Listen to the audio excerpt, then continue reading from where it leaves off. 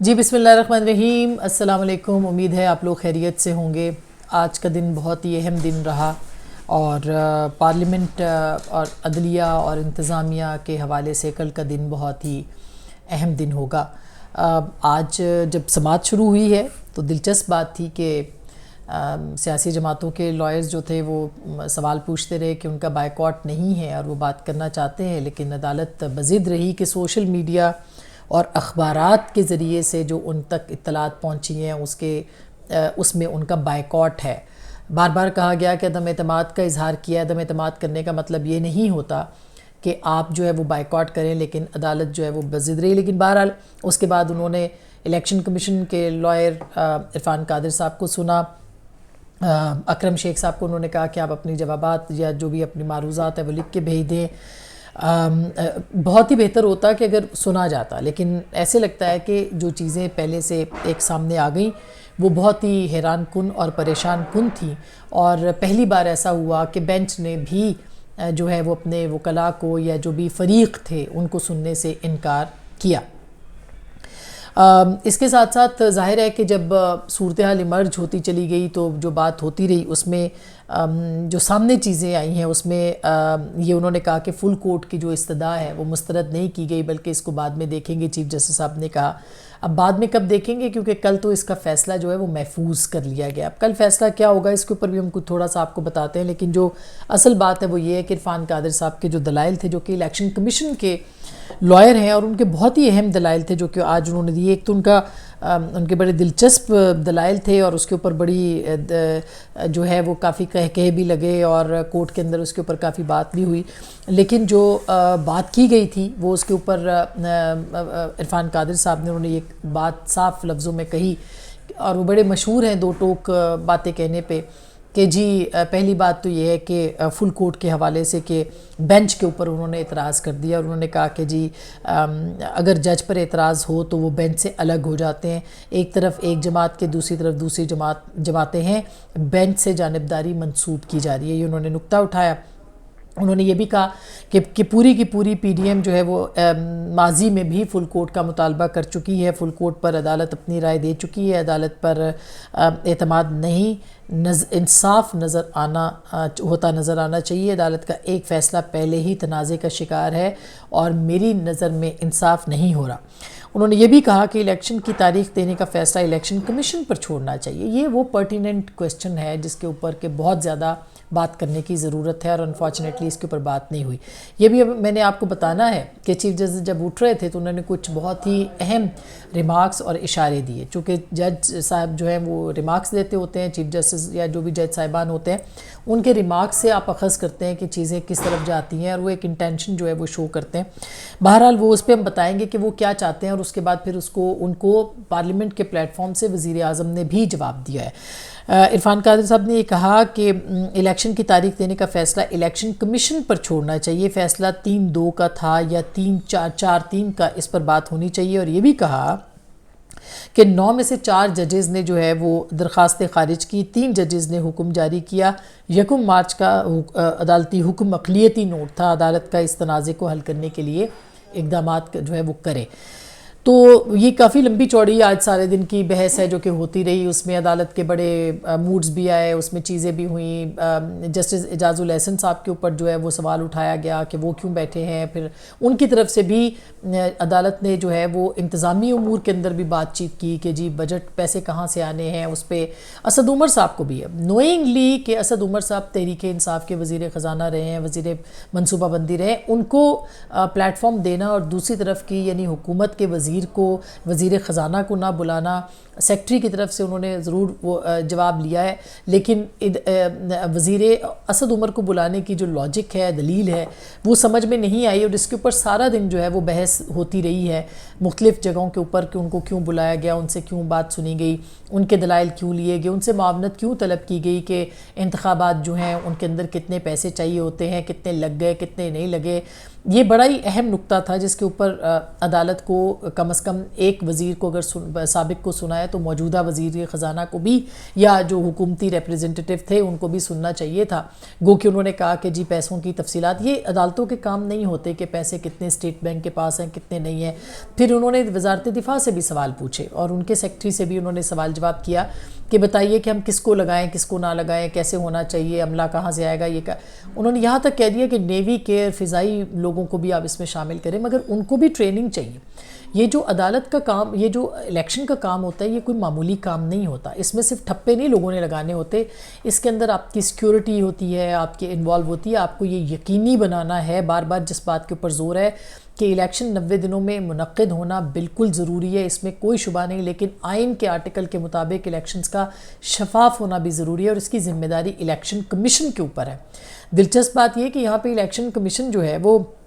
جواب دے رہا ہے، جبکہ دوسری اگر دیکھا جائے تو الیکشن کمیشن ایک خود، میں پہلے دن سے بات کر رہی ہوں، ایک اٹونومس باڈی ہے،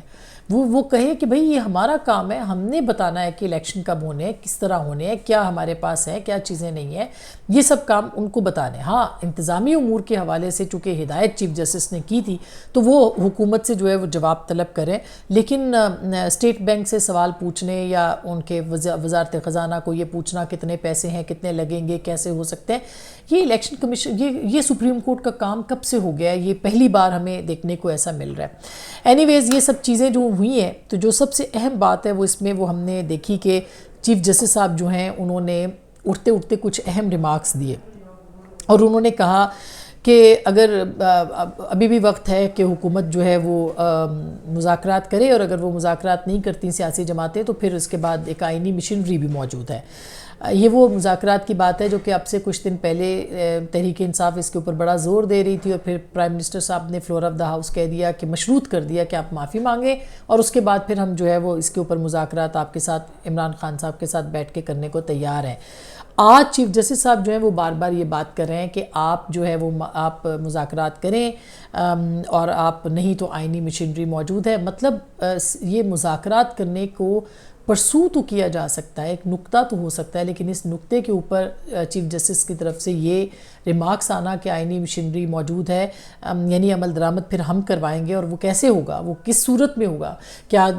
وزیر اعظم کو گھر جانا پڑے گا، ان کو رخصت کرنا پڑے گا، کیا توہین عدالت ان پہ لگانی پڑے گی، کیا جو ہے وہ انتظامی مشینری کا مطلب یہ کہ خود سپریم کورٹ اپنی نگرانی میں جو ہے وہ انتخابات کروا دے گی، خود پیسوں کا بندوبست بھی کرے گی، الیکشن کمیشن کا رول بھی خود لے لے گی، یا وہ صرف ڈائریکشنز دے گی کہ بھئی آپ الیکشن کمیشن کو کہ بھئی آپ جو ہے نا وہ انتخابات کروا دیں، پیسے جو ہے وہ آپ یہاں سے کر لیں اور وہاں سے کر لیں۔ یہ بھی الیکشن کمیشن کا کام نہیں ہے، وہ صرف ڈائریکشنز دے سکتے ہیں، آگے بھی فیصلہ جو ہوتا ہے وہ جو ہماری ایک پرسیپشن ہے، یہ جو ہمارا ایک تھوڑا بہت تجربہ صحافت کا یا الیکشن کمیشن کے جو معاملات کو پڑھنے کا ہے، وہ الیکشن کمیشن کی ذمہ داری ہے کہ انہوں نے کس طرح سے ان چیزوں کو لے کے جانا ہے۔ اب آتے ہیں دوسری جانب، ایک طرف تو چیف جسٹس صاحب نے یہ اندیا دے دیا کہ آپ مذاکرات کی بات کریں، آپ یعنی کہ سمجھے کہ کل اگر آنا ہے 11:30-12 بجے کے قریب فیصلے کا ٹائم آنا ہے، تو انہوں نے ساتھ ہی جو ہے وہ انہوں نے یہ بھی کہہ دیا کہ آپ اس طرح کریں کہ یہ ٹائم ہے، یعنی آج رات کا یا جو کچھ بھی وقت ہے یہ اس کے اندر آپ مذاکرات کی پیش رفت کر دیں اور اس کے بعد جو ہے وہ آگے بڑھیں۔ اچھا، ابھی جو ہمیں اطلاع ملی ہے وہ وزیر اعظم نے کابینہ کا اجلاس بھی آج ہی طلب کیا ہے، جس میں کہ وہ خصوصی اجلاس ہے اور اس کے اندر وہ میرا خیال ہے اسی بات کے اوپر غور کریں گے جو چیف جسٹس صاحب نے فرمایا جاتے جاتے۔ تو آئیڈیلی تو یہی ہونا چاہیے کہ اس کابینہ کے اجلاس کے اندر جو ہے وہ وزیر اعظم بات کریں کہ مذاکرات کی دعوت دی جا سکتی ہے نہیں دی جا سکتی، اس کو آگے لے کے جائیں تاکہ چیف جسٹس صاحب جو ہے وہ اپنے جو ان کا ایک کام نہیں تھا کہ مذاکرات کے لیے وہ کام وہ بات کرے، وہ اس سے آگے کی طرف بڑھے اور خود یہ سیاسی جماعتیں جو ہے بات طے کر لیں۔ مگر وایا سپریم کورٹ آنا ظاہر ہے کہ اس بات کو ایک بہت بڑا ایک نقطہ بنا کے پیش کیا جائے گا ہمیشہ کے لیے کہ یہ جو مذاکرات کی دعوت تھی یہ پھر چیف جسٹس صاحب نے دی، جو کہ ظاہر ہے کہ تحریک انصاف چاہتی ہے کہ انتخابات کے اوپر بات ہو، اور حکومت جو ہے وہ نہیں چاہتی کہ فی الحال انتخابات جو ہیں وہ ہوں۔ وہ 8 اکتوبر کی تاریخ الیکشن کمیشن دے بیٹھا ہے اور یہ چاہتے ہیں کہ چاروں اسمبلیوں کی انتخابات اور قومی اسمبلی کے انتخابات ہوں، تو یہ ایک چیز جو ہے وہ ہمیشہ سے رہے گی۔ دوسری جانب عمران خان صاحب بات چیت کریں گے کہ نہیں کریں گے؟ اگر مذاکرات کی دعوت ہو بھی جاتی ہے تو عمران خان صاحب تو پہلے ہی کہہ چکے ہیں کہ وہ اس حکومت کے ساتھ بات نہیں کریں گے، ان کے جو سیکنڈ ٹیئر ہے وہ بات چیت کرے گی۔ اب سیکنڈ ٹیئر جو ہے وہ بات چیت جب کرے گی تو عمران خان صاحب کی کیا گارنٹی ہے کہ وہ ان کے اوپر جو ہے وہ مذاکرات کے اوپر وہ آشرواد کہیں گے؟ کیا عمران خان صاحب جو ہیں وہ اس پارلیمان کو، سیاسی جماعتوں کو اس قابل نہیں سمجھتے کہ وہ ان کے ساتھ بیٹھیں؟ تو یہ ایک ایگو کا مسئلہ ہے عمران خان صاحب کے لیول کے اوپر کہ وہ سیاسی لوگوں کے ساتھ جو ہے وہ بات چیت نہیں کرنا چاہتے۔ اچھا، اب دیکھا جائے تو ہوگا کیا؟ وزیر اعظم نے پارلیمان کو اور اپنی پارٹی کو اسلام آباد میں رہنے کے لیے بھی کہہ دیا ہے اور کہا ہے کہ کسی بھی وقت جو ہے وہ قومی اسمبلی کا اجلاس طلب کیا جا سکتا ہے، یعنی صبح اگر 12 بجے فیصلہ آتا ہے تو اس وقت بھی قومی اسمبلی سیشن میں ہوگی، لیکن اس کے بتانے کا مقصد یہ ہے، جس کا اشارہ وزیر قانون نے دیا ہے کہ کیا یہ قابل عمل ہوگا، یہ بھی دیکھنا ہے، قابل قبول ہوگا، عوامی پذیرائی ملے گی، یعنی کہ ادھر سے بھی جو ہے وہ ایک پورا کورٹ کے بیانیے یا کورٹ کے فیصلے کے خلاف جو ہے وہ ایک پورا عوامی رد عمل آنے کی وہ بات کر رہے ہیں کہ یہ ہو سکتا ہے۔ اور یہ یاد رہے کہ 10 سیاسی جماعتیں اس وقت ایوان کے اندر بیٹھی ہیں جن کا ووٹ بینک بھی ہے اور وہ ابھی تک کوئی بات نہیں کر رہی۔ تو ایک طرف تو یہ چیز ہے، دوسری طرف تحریک انصاف ہے جس نے اپنے لائرز کو آج جو ہے وہ باقاعدہ ان کو متحرک کیا، ان کے ہمارے پاس اس کے بہت سارے جو ہے وہ ہماری بات ہوئی ہے وکیلوں کے ساتھ اور اس سے ہم بات کر رہے ہیں، اس پہ بات کر رہے ہیں کہ ان کو کہا گیا کہ آپ پہنچے یہاں پہ، اور پھر جب ظاہر ہے کہ یہاں پہ آتے اور مارا ماری ہوتی تو سوشل میڈیا کے اوپر فوٹیجز بنتی ہیں، ایک انارکی کی سی، ایک کیوس کی صورتحال، کورٹ کے اوپر پریشر ہوتا، وہ ایک الگ کہانی جو ہے وہ سامنے آتی۔ تو اس بات کے اوپر جو ہے وہ آج جتنے لوگ آئے وہ آپ کے سامنے تھے، کورٹ کے سامنے، لیکن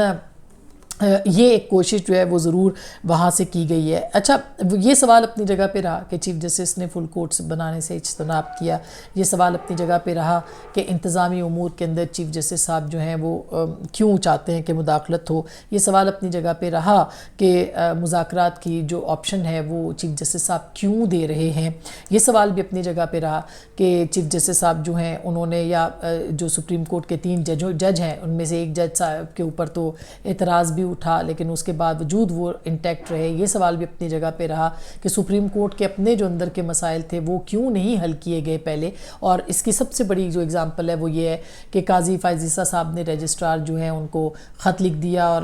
رجسٹرار کو کہا کہ آپ نے جو فیصلہ ڈسمس کیا، اب یہ بھی پہلی بار تاریخ میں ہوا ہے کہ رجسٹرار نے فیصلہ ہی ڈسمس کر دیا جو 15 مارچ کو جو ہے وہ قاضی فائز عیسیٰ نے سو موٹو کے اوپر دیا تھا، اس فیصلے کو انہوں نے ڈسمس کر دیا ہے۔ انہوں نے کہا جی یہ آپ واپس لیں یا پھر یہ کہ آپ کے خلاف تادیبی کارروائی ہونی چاہیے، اور انہوں نے انتظامیہ کو لکھا کہ ان کی سروسز ختم کی جائیں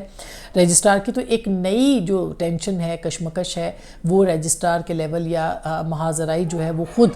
جو پارلیمنٹ جو جج صاحبان کے اندر ہے وہ اپنے عروج پر پہنچ چکی ہے، اور بجائے اس کے کہ اس کے اوپر بات کی جائے، سپریم کورٹ چاہتی ہے کہ سیاسی جماعتیں آپس میں بیٹھ کر بات کریں، اور وزیر اعظم نے اس کا پھر جواب دیا پارلیمنٹ کے پلیٹ فارم کے اوپر کہ آپ ایک ایسے جج صاحب جن کے اوپر الزامات ہیں ان کو ساتھ بٹھا کے آپ فیصلے کرتے ہیں تو اس کا کیا مطلب لیا جانا چاہیے۔ اعجاز الاحسن صاحب کے اوپر کی طرف ان کا اشارہ تھا، ظاہر ہے کہ ایک لمبی ہسٹری رہی ہے اور مانیٹرنگ جج بھی تھے اعجاز الاحسن صاحب جو پاناما کا کیس تھا اس کے حوالے سے، اور وہ بھی ویسے تاریخی تھا کہ پہلی بار کوئی بھی کیس جو ہے کسی وزیر اعظم کے خلاف اس کے اوپر جو ہے ایک جج جو ہے ان کو مانیٹرنگ کے لیے مقرر کیا جائے۔ بہرحال یہ ایک تاریخ ہے اور بڑی خوفناک تاریخ ہے، اور کل بھی ایک تاریخ ہوگی جبکہ 4 اپریل کو جناب ذوالفقار علی بھٹو کی شہادت کا دن ہے، اور ان کو بھی جوڈیشل مرڈر ان کا ہوا تھا۔ اب اس کو ریلیٹ کیا جا رہا ہے کہ کل جو ہے وہ آئین کی سربلندی ہوگی، آئین کی سربلندی جو ہے وہ اس سے معاملات بہت آگے چلے گئے۔ اگر فل کورٹ یہ سن لیتا، اس معاملے کا فیصلہ کرتا تو شاید آئین کی سربلندی جو تھی وہ